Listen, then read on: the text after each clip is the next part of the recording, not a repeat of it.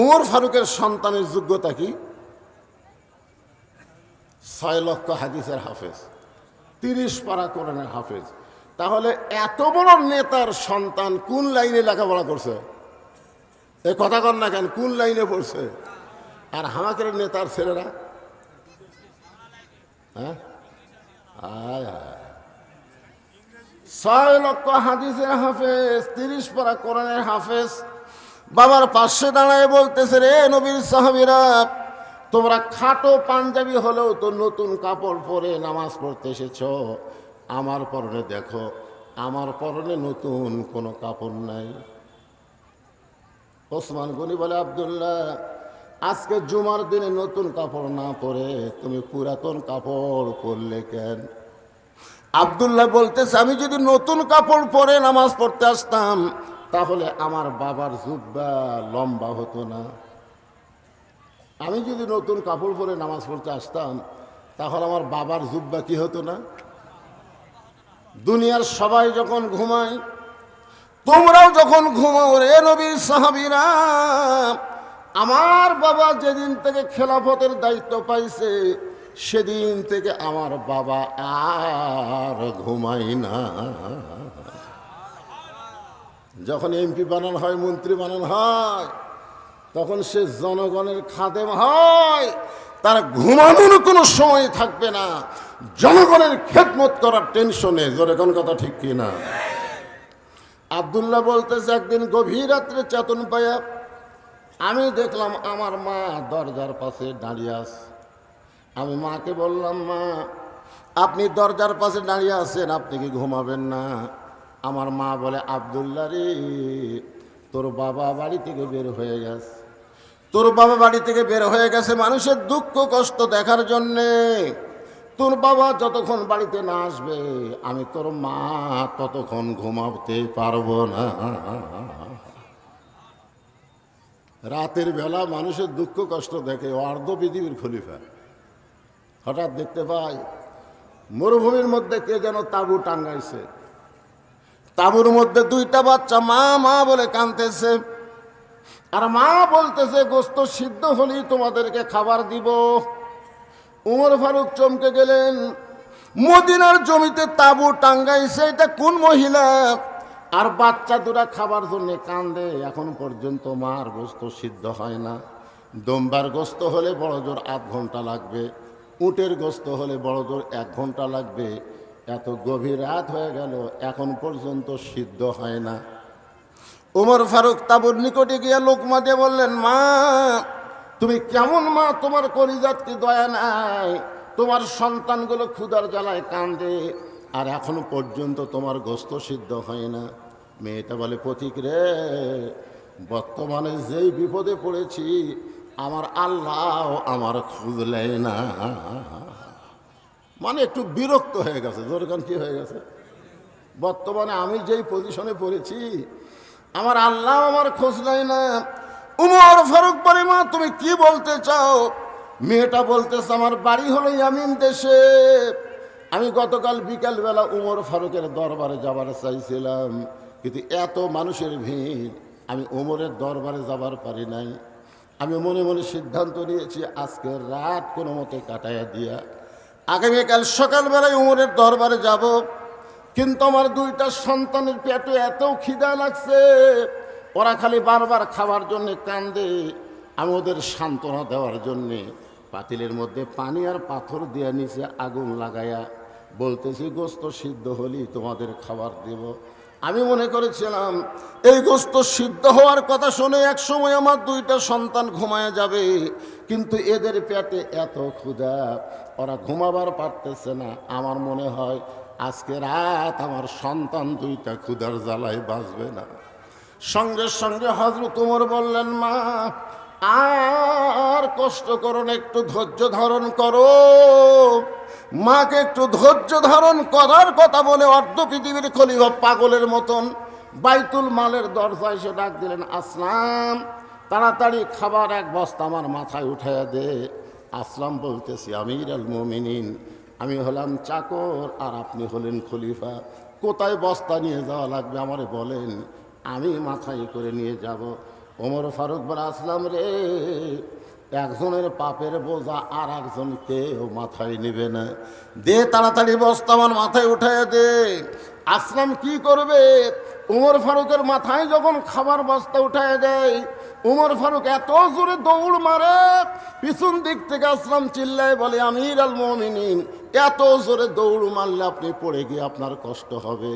উমর কান্দের বলে, আসলাম রে, সময় মতো যদি জাগা মতো যাবার না পারি, তাহলে জাহান্নামের আগুনকে আল্লাহ উমর পুড়াইয়া দিবে। এক দৌড়ে তাবুর কাছে গিয়ে বললেন, মা, বস্তার মধ্যে খাবার আছে, রুটি আর হালুয়া তৈরি করো।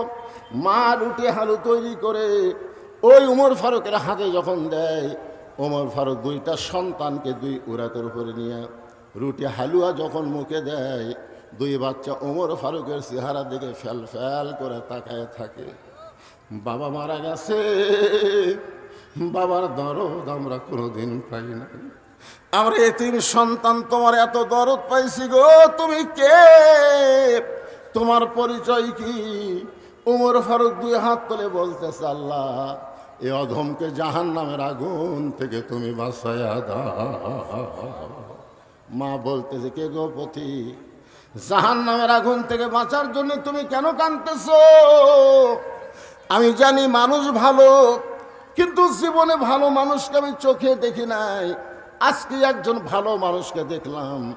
উমরকে যদি আল্লাহ মদিনার খলিফা না বানায়া তোমারে যদি মদিনার খলিফা দিত, তাহলে আল্লাহর মদিনা যেন দুনিয়ার জান্নাত হয়ে যেত। প্রশংসা করলাম কার? কেন করলাম? এমনি এমনি আল্লাহর প্রশংসা করার পিছনে এক নম্বর কারণ হলো যে আমরা যখন আল্লাহর প্রশংসা করি, আল্লাহ তখন এত খুশি হয়, যে সমস্ত বান্দাবান্দি আল্লাহর প্রশংসা করলো, আল্লাহ আসমান এবং জমিনের ফাঁকা জায়গাটা নেকি দিয়ে পরিপূর্ণ করে দেয়। এই যে আপনারা সুবহানাল্লাহ শব্দটা উচ্চারণ করলেন, এই সুবহানাল্লাহ বলার সঙ্গে সঙ্গে আপনি বসে আছেন হাটনগর মাহফিলে, আর আপনার নামে আল্লাহ জান্নাতের বাগানে একটা গাছ রোপণ করে দিয়েছে। যতবার সুবহানাল্লাহ বলবেন ততবার একটা করে গাছ হবে। সেই গাছ বাংলাদেশের ইউক্যালিপটাসের গাছ না, সেই গাছটা হলো এমন একটা ফলবান বৃক্ষের গাছ, যার ছায়া অতিক্রম করতে একটা তাজা ঘোড়া দৌড় দিলে 500 বছর লাগবে। এ কথা শোনার পরেও যারা সুবহানাল্লাহ বললেন না, আপনারা কি ঠকলেন না জিতলেন? ঠকলেন না। হ্যাঁ, বিশ্বাসে মিলাই বস্তু তর্কে বহুদূর। আমরা অনেক সময় তর্ক করি যে এত বড় বড় গাছ যদি আল্লাহ সুবহানাল্লাহর বিনিময়ে লাগাই দেয়, তাহলে জান্নাত কত বড়। এরকম অনেকে তর্ক করে। অনেকে বলে সারা জীবন পাপ করি আর সুবহানাল্লাহ বললি জান্নাতে গাছ হবে। আল্লাহ রাসূল বলেছেন, কোনো ব্যক্তি যত বড়ই পাপী হোক না কেন, তার জবান থেকে 3টা তসবিহ যদি রহরহ প্রকাশ পায়, আল্লাহ রাসূল বলেছেন পাপী হওয়ার পরেও সে বেগুনাহ মাসুম হয়ে দুনিয়া থেকে বিদায় নেয়। 3টা তাসবিহ। এখন কয়টা?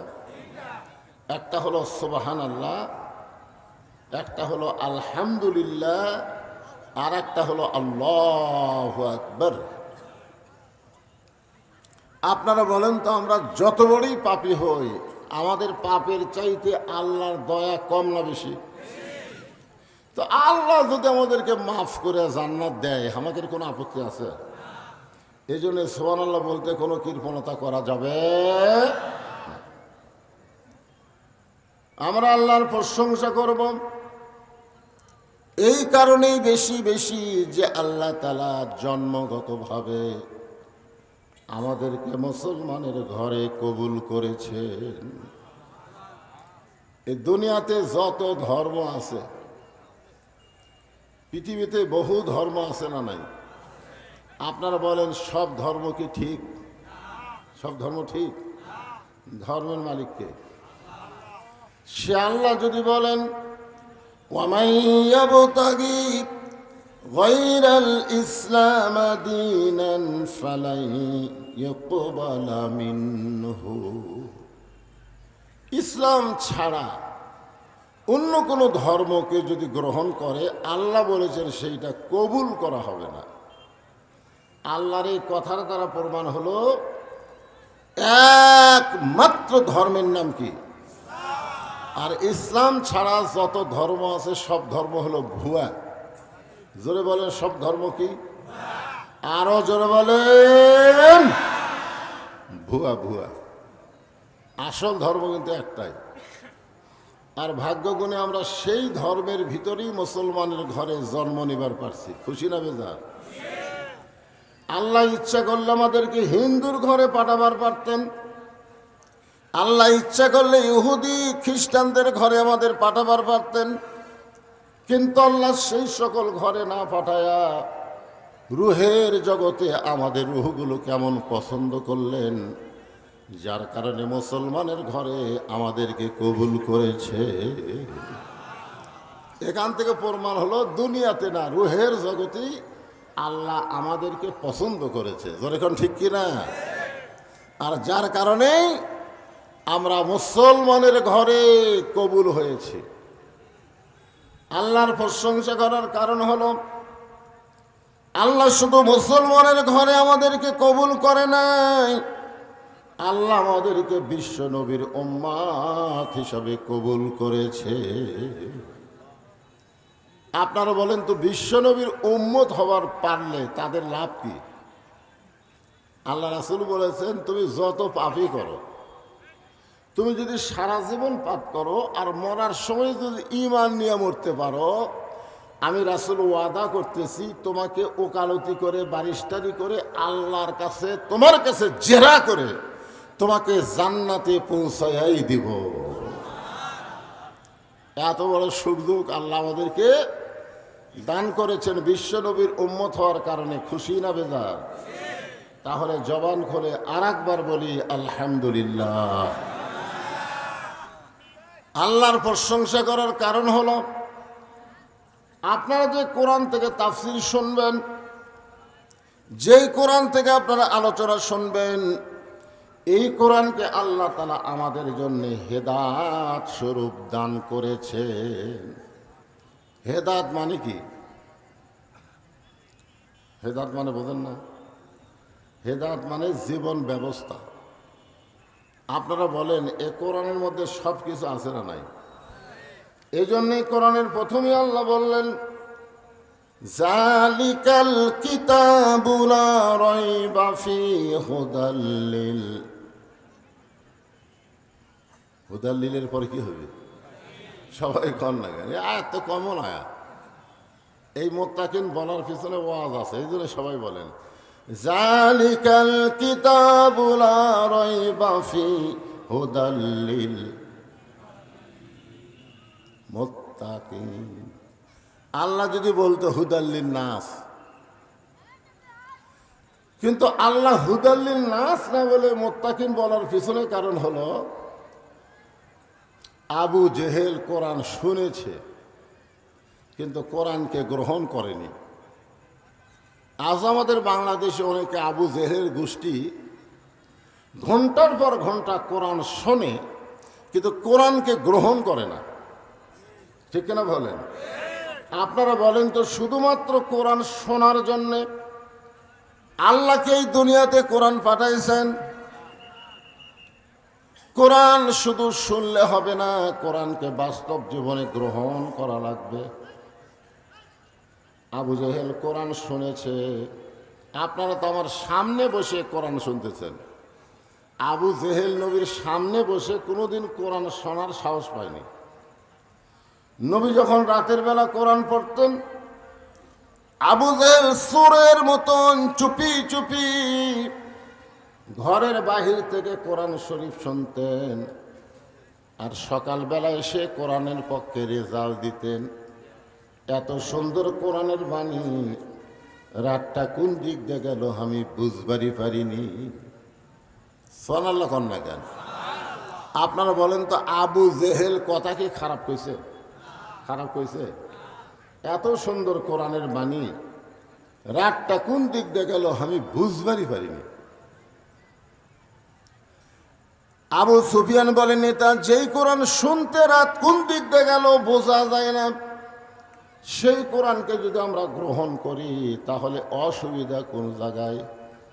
শুনতেই যদি এত ভালো লাগে, সে কোরআনকে ধরলে অসুবিধা কোন জায়গায়? কথাটার মধ্যে গুরুত্ব আছে না নাই? শুনতে রাত কোন দিক দিয়ে গেল বোঝা যায় না, সেই কোরআনকে গ্রহণ করলে আমাদের অসুবিধা কোন জায়গায়? আবু জেহেল বলে, আবু সুফিয়ান, কোরআনকে যদি গ্রহণ করি তাহলে তোর আমার নেতৃত্ব চলবে না, আসল নেতা হয়ে যাবে আব্দুল্লাহ রে তেমপোলা। কারণ কোরআনকে গ্রহণ করলে বাংলাদেশে কোনো ভুয়া নেতা থাকবে? আমাদের বাংলাদেশে যেই নেতাগুলো আছে এরা কি আসল নেতা না ভুয়া নেতা? আরো জোরে বলেন, কি জোরসে বলেন? ভুয়া। ভুয়া ভুয়া একটা শব্দ বাংলাদেশে ভাইরাল হয়ে গেছে, ভুয়া। আমাদের বগুড়ার হিরো আলম যখন 21-এর বই মেলায় গেছিল, তখন ওই 21-এ বই মেলার ছেলেরা তাকে বলছে ভুয়া ভুয়া ভুয়া ভুয়া। কি বলছে? ভুয়া ভুয়া। আবার যখন মোস্তাক আহমদ তার একটা চিংড়ি বউকে নিয়ে গেল, মোস্তাক আহমদের নাম শুনছেন? বুড়া, ওই বিয়ে করছে একটা চিংড়ি, 7-5 পাশের একটা মেয়েকে বিয়ে করছে। যদি মোস্তাক আহমদ তার বউকে বোরকার মধ্যে রাখতো তাহলে কিন্তু ভুয়া ভুয়া শব্দ শোনা লাগতো না। জোরে কোন ঠিক কিনা? কারণ বোরকার মধ্যে যখন কোনো মেয়ে মানুষ থাকে, ওই বুড়ি না ছুড়ি বেড়া থেকে বোঝা যাবে। কিন্তু মোস্তাক আহমদ বউটাকে বোরকার মধ্যে না রেখে বেপরদা ভাবে যখন 21-এর বই মেলায় গেল, ওই বুড়ার সঙ্গে ওই ছুড়িরে মানুষ পছন্দ না করে ভুয়া ভুয়া ভুয়া ভুয়া শব্দ উচ্চারণ করলো। আর একটা নেতা আছে বাংলাদেশে, যেই নেতা বিসমিল্লাহ ঠিক মতো কভার পারে না। বিসমিল্লাহ কোতে কি কয়। ওই নেতা যখন বাংলাদেশের বই মেলায় গেল, তখন ওই নেতাকেও ভুয়া ভুয়া শব্দ বলে তাকে তাড়াইয়া দিল। এখন আমরা আজকে বলবো, ভুয়া শব্দটা আল্লাহর কোরআন অনুযায়ী যেই নেতারা চলবে না, মানুষের তৈরি মতো যেই নেতারা চলে, এরা কি আসল নেতা না ভুয়া নেতা? ভুয়া নেতা। তো ভুয়া নেতা কতদিন চলবে? যতদিন মানুষ কোরআন শুনবে, কোরআনকে গ্রহণ করবে না। মানুষ যখন কোরআনকে গ্রহণ করবে তখন বাংলার জমিনে আর কোনো ভুয়া নেতা চলবে না। জনগণ কথা ঠিক কি না? কারণ আল্লাহ কোরআনে বলেছেন সামিনা ওয়া তাআনা। শুধু শুনলে হবে না, এইটাকে গ্রহণ করা লাগবে। আগে এখানে গান হতো, আমি শুনলাম যে এই ফিল্ডটাকে গান হতো, কনসার্ট হতো, কিন্তু ছেলেরা সেইটা বাদ দিয়ে এই তাফসিরুল কোরআন মাহফিল করেছে। এতে কি আপনারা খুশি না বেজার? তাহলে জবান খুলে আর একবার বলি আলহামদুলিল্লাহ। এখন যেই ছেলেরা আজকে কোরআনের মাহফিল করতেছে, ওই ছেলেদের 1 নম্বর শর্ত হলো শুধু কোরআনের মাহফিল করলে হবে না, আল্লাহর কোরআনকে বাস্তবে গ্রহণ করা লাগবে। আপনারা বলেন তো, এই কোরআনকে গ্রহণ করতে গেলে 1 নম্বর শর্ত কি? না, নামাজকে হবে। এই কোরআনকে গ্রহণ করতে গেলে, কোরআনকে ধরতে গেলে 1 নম্বর শর্ত হলো লা ইয়ামাসসুহু ইল্লাল মুতাহহারুন। তুমি ততক্ষণ পর্যন্ত কোরআন শরীফ স্পর্শ করতে পারবা না যতক্ষণ তুমি পবিত্র না হবা। তাহলে যেই কোরআনকে ধরতে পবিত্র হওয়া লাগে, সেই কোরআনকে মানুষ যখন গ্রহণ করবে, ওই মানুষটা তখন কেমন মানুষ হবে? আবু জেহেল কোরআনকে শুনেছে, গ্রহণ করে নাই, আর হযরত আবু বকর শুধু কোরআন শোনে নাই, কোরআনকে গ্রহণ করেছে। জোরে কোন কথা ঠিক কিনা? কাফেরদের মধ্যে এক নম্বর হলো আবু জেহেল, আর মুসলমানের মধ্যে এক নম্বর হলো আবু বকর। এখান থেকে প্রমাণ হয়ে গেল শুধু কোরআন শুনলে হবে না, বাস্তবে কোরআনকে গ্রহণ করা লাগবে। আমার সামনে যে হাজার হাজার আল্লাহর বান্দারা বসে আছেন, আপনারা বলেন আপনারা কি আবু বকর হবেন? আবু বকর হবেন? তাহলে আবু বকর হবার গেলে কোরআনকে শুধু শুনলে হবে না, এই কোরআনকে বাস্তবে গ্রহণ করা লাগবে। এই কোরআনকে গ্রহণ করার জন্যে পৃথিবীর সবচাইতে খারাপ মানুষ, যিনি নাঙ্গা তরবারি নিয়ে নবীকে হত্যা করতে গেছিল, এই কোরআনকে গ্রহণ করার কারণে আল্লাহ তাকে বাংলাদেশের মতন ৯৬টা দেশের খলিফা বানায়া দিল। সবচাইতে খারাপ আবু জেহেল কিন্তু নবীকে মারার পরিকল্পনা করছে, কিন্তু উমর ফারুক নবীকে মারার পরিকল্পনা করে নাই, ডাইরেক্ট মারার জন্য অস্ত্র ধারণ করেছে। জোরে কোন কথা ঠিক কিনা? তাহলে হিসাব করে দেখা যায় ইসলাম গ্রহণ করার আগে আবু জেহেল চাইতে উমর ফারুক বেশি খারাপ ছিল, ঠিক কিনা বলেন? কিন্তু আবু জেহেল শুধু কোরআন শুনেছে বলে আবু জেহেলই থাকছে, কিন্তু উমর ফারুক নবীকে হত্যা করার পরিকল্পনা করার পরেও শুধু কোরআনকে গ্রহণ করার কারণে আল্লাহ তাকে অর্ধ পৃথিবীর খলিফা বানায়া দিছে। আল্লাহর কোরআনকে গ্রহণ করার পরে হযরত উমর যখন অর্ধ পৃথিবীর খলিফা, তখন উমর ফারুকের অহংকার কেমন। আজকে আমাদের উপজেলা চেয়ারম্যান, এমপি সাহেব, মন্ত্রী সাহেব, এদের যা মশান ভাই, জোরে কোন কথা ঠিক কিনা? সেই হিসাবে হযরত উমরের তো একটা অহংকার থাকার কথা, যে বাংলাদেশের মতন ৯৬টা দেশের খলিফা আমি, আমার একটা মশান নাই, আমি কি হনুরে। আল্লাহর কোরআনকে গ্রহণ করার কারণে হযরত উমরের চরিত্রটা এমন হলো যে জুমার দিনে তিনি খুতবা দিচ্ছেন হাজার হাজার সাহাবীদের সামনে। এমন সময় মাঝখান থেকে এক সাহাবী দাঁড়িয়ে বলতেছে, ইয়া আমির আল মুমিনিন, আপনার খুতবা আমরা শুনবো না। যেই বলছে আপনার খুতবা শুনবো না, উমর ফারুক দ্বিতীয় কোনো কথা বলে নাই, চোখের পানি বের করে বলতেছে, ভাই আমার খুতবা না শোনার পিছনে কারণ কি?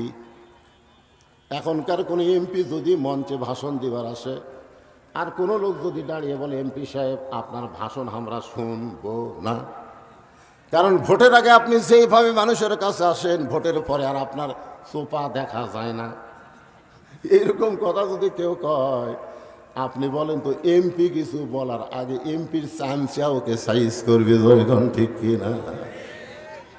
আর উমর ফারুককে যখন বলতেছে আপনার খুতবা আমরা শুনবো না, উমর ফারুক চোখের পানি বের করে বললেন, আমার অপরাধ কি? বলে, আপনার অপরাধ হলো আমাদেরকে খাটো পাঞ্জাবি দিয়া আপনি লম্বা জুব্বা পরে খুতবা দিচ্ছেন। আমাদেরকে খাটো পাঞ্জাবি দিয়ে আপনি লম্বা জুব্বা পরে খুতবা দিবেন, যতক্ষণ লম্বা জুব্বার কাহিনী না বলবেন ততক্ষণ আমরা আপনার খুতবা শুনব না। বাংলাদেশের টাকা কি কানাডাত পাচার করছে নাকি? বাংলাদেশের টাকা কি কানাডাত গেছে? কানাডাত এখন বেগম পাড়া হচ্ছে, যখন কি পাড়া। আমাদের বাংলাদেশের অনেক সম্পদ অনেক নেতারা বিদেশে পাঠায়া দিছে, আর হযরত ওমর কোনো সম্পদ পাচার করে নাই, খালি জুব্বাটা লম্বা হচ্ছে। তাতেই বলতেছে ভাষণ মন্দ, আগে বলে লম্বা জুব্বা হওয়ার কারণ কি? উমর ফারুক যখন ছোট বাচ্চার মতন কান্দে, এমন সময় আব্দুল্লাহ ইবনে উমর ৬ লক্ষ হাদিসের হাফেজ, ৩০ পারা কোরআনের হাফেজ, জোরে কারণ সুবহানাল্লাহ। উমর ফারুকের সন্তানের যোগ্যতা কি? ৬ লক্ষ হাদিসের হাফেজ, ৩০ পারা কোরআনের হাফেজ। তাহলে এত বড় নেতার সন্তান কোন লাইনে লেখাপড়া করছে? এই কথা কর না কেন, কোন লাইনে পড়ছে? আর হামাকের নেতার ছেলেরা,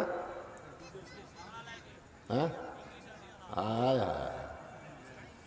6 লক্ষ হাদিসের হাফেজ, 30 পারা কোরআনের হাফেজ বাবার পাশে দাঁড়ায় বলতেছে, রে নবীর সাহাবীরা, তোমরা খাটো পাঞ্জাবি হলেও তো নতুন কাপড় পরে নামাজ পড়তে এসেছ।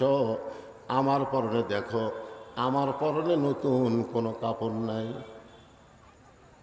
ওসমান গনি বলে, আব্দুল্লাহ, আজকে জুমার দিনে নতুন কাপড় না পরে তুমি পুরাতন কাপড় পরলে কেন?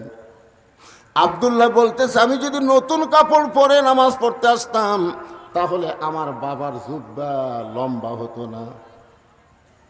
আমি যদি নতুন কাপড় পরে নামাজ পড়তে আসতাম তাহলে আমার বাবার জুব্বা কি হতো না? দুনিয়ার সবাই যখন ঘুমায়, তোমরাও যখন ঘুমাও রে নবীর সাহাবীরা, আমার বাবা যেদিন থেকে খেলাফতের দায়িত্ব পাইছে সেদিন থেকে আমার বাবা আর ঘুমাই না।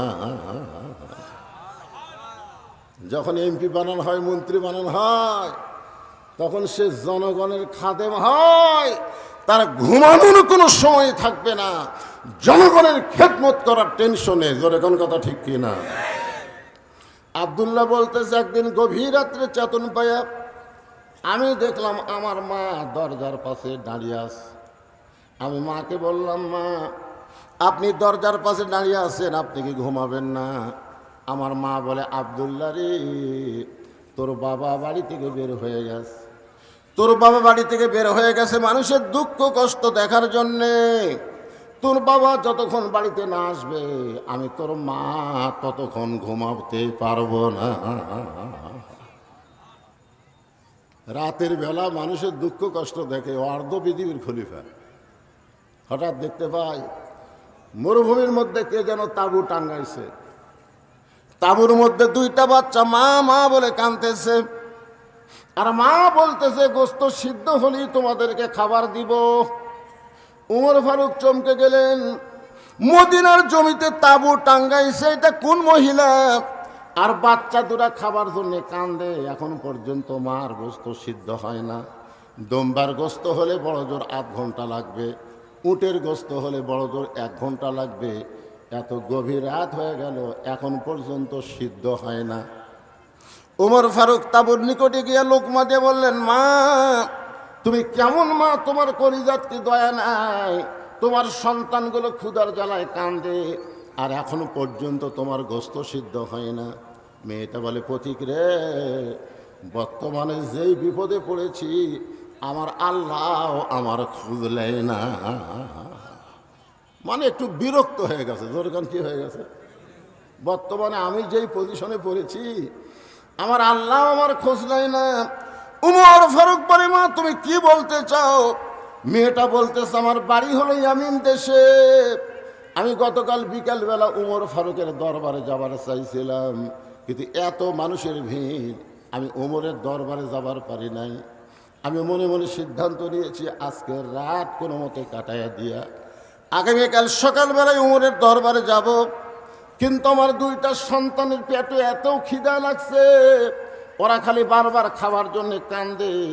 আমি ওদের সান্ত্বনা দেওয়ার জন্যে পাতিলের মধ্যে পানি আর পাথর দিয়ে নিচে আগুন লাগাইয়া বলতেছি, গোস্ত সিদ্ধ হলেই তোমাদের খাবার দেব। আমি মনে করেছিলাম এই গোস্ত সিদ্ধ হওয়ার কথা শুনে এক সময় আমার 2টা সন্তান ঘুমায় যাবে, কিন্তু এদের পেটে এত ক্ষুধা, ওরা ঘুমাবার পারতেছে না। আমার মনে হয় আজকে রাত আমার সন্তান 2টা ক্ষুধার জ্বালায় বাঁচবে না। সঙ্গে সঙ্গে হযরত ওমর বললেন, মা, আর কষ্ট করো না, একটু ধৈর্য ধারণ করো। মাকে একটু ধৈর্য ধারণ করার কথা বলে অর্ধ পৃথিবীর খলিফা পাগলের মতন বাইতুল মালের দরজায় এসে ডাক দিলেন, আসলাম, তাড়াতাড়ি খাবার 1 বস্তা আমার মাথায় উঠাইয়া দে। আসলাম বলতেছি, আমির আল মুমিনিন, আমি হলাম চাকর আর আপনি হলেন খলিফা, কোথায় বস্তা নিয়ে যাওয়া লাগবে আমারে বলেন, আমি মাথায় করে নিয়ে যাব। ওমর ফারুক বলে, আসলাম রে, একজনের পাপের বোঝা আর একজন কেউ মাথায় নেবে না, দে তাড়াতাড়ি বস্তা আমার মাথায় উঠাইয়া দে। আসলাম কি করবে? উমর ফারুকের মাথায় যখন খাবার বস্তা উঠাইয়া দেয়, উমর ফারুক এত জোরে দৌড় মারে, পিছন দিক থেকে আসলাম চিল্লায় বলে, আমির আল মুমিনিন, এত জোরে দৌড় মারলে আপনি পড়ে গিয়ে আপনার কষ্ট হবে। উমর কান্দের বলে, আসলাম রে, সময় মতো যদি জাগা মতো যাবার না পারি, তাহলে জাহান্নামের আগুনকে আল্লাহ উমর পুড়াইয়া দিবে। এক দৌড়ে তাবুর কাছে গিয়ে বললেন, মা, বস্তার মধ্যে খাবার আছে, রুটি আর হালুয়া তৈরি করো।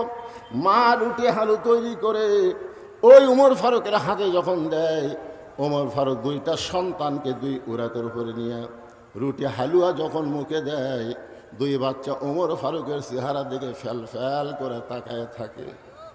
বাবা মারা গেছে, বাবার দরদ আমরা কোনোদিন পাই না।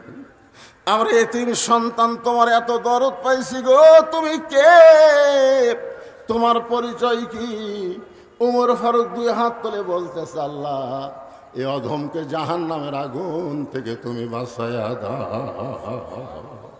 মা বলতেছে, কে গো পতি, জাহান্নামের আগুন থেকে বাঁচার জন্য তুমি কেন কাঁদতেছো? আমি জানি মানুষ ভালো, কিন্তু জীবনে ভালো মানুষকে আমি চোখে দেখি নাই। আজকে একজন ভালো মানুষকে দেখলাম। উমরকে যদি আল্লাহ মদিনার খলিফা না বানায়া তোমারে যদি মদিনার খলিফা দিত, তাহলে আল্লাহর মদিনা যেন দুনিয়ার জান্নাত হয়ে যেত। আব্দুল্লাহ বলে, সাহাবীরা রে, আমার বাবার লম্বা জুব্বা দেখে তোমরা লোকমা দিয়া খুতবা বন্ধ করেছো। আমার পরনে তাকায় দেখো, আমার পরনে লম্বা, আমার পরে নতুন কোনো কাপড় নাই। আমি আব্দুল্লাহ যখন ঘুমাইয়াছিলাম, আমার বাবা চুপি চুপি আমার দরজায় গিয়ে ডাকতেছে, আব্দুল্লাহ, আব্দুল্লাহ, আব্দুল্লাহ। আমি আব্দুল্লাহ চমকে গিয়ে দরজা খুলে দেখলাম বাবার হাতে নতুন একটা কাপড়। আমি খুশি হয়ে বললাম, নেতার বেটা হয়ে আর লাভ আছে? নেতার বেটা হয়ে কি আছে? লাভ আছে। বাইতুল মাল থেকে একটা কাপড় আমাকে দেওয়া হয়েছে, আর গভীর রাত্রে আর একটা কাপড় আপনি আমাকে দিবে রাইছেন। নেতার বেটা না? R15 চলায়, জোরে কোন কি 5 চলায়? নেতার বেটা হয়ে লাভ আছে। বাইতুল মাল থেকে আমার এক টুকরা কাপড় দিছে, আবার গভীর রাত্রে আমাকে আর একটা দিবে রাইছেন। সঙ্গে সঙ্গে উমর ফারুক আল্লাহর কোরআন থেকে তেলাওয়াত করলেন, ইন্নাল্লাহা ইয়ামুরুকুম আন তুআদ্দুল আমানাতি ইলা আহলিহা ওয়া ইযা হাকামতুম বাইনান নাস আন তাহকুমু বিল আদল। সবাই আল্লাহু আকবার কর না কেন? বাংলাদেশে কিছু বড় বড় দল আছে, এরা আল্লাহু আকবার করার চায় না। ওদের মিছিলে বহু স্লোগান আছে, কেউ যদি ভুল করে আল্লাহু আকবার কয়, ঘাট ধরে বের করে দিবে। জোরে কোন ঠিক কিনা? কিন্তু আমাদের দলত তো আল্লাহু আকবার নাই, তুই আল্লাহু আকবার কোথায় পেলি? তা আপনাদের কি সেই দলের মানুষকে ভাই? তা আল্লাহু আকবার কোথায়? কোরআনের তেলাওয়াত শুনলে আল্লাহ বলেছেন, যাদাতুহুম ঈমানান, আল্লাহ তার ঈমান বাড়ায় দেয়। আর ঈমান বাড়ানোর লক্ষণ হলো চুপ করে থাকা না, বাতিলের বিরুদ্ধে তাকবীর দেওয়া। জোরে বলেন কথা ঠিক কিনা? আপনি জানেন মুসলমানের সবচাইতে বড় শক্তি হলো তাকবীর।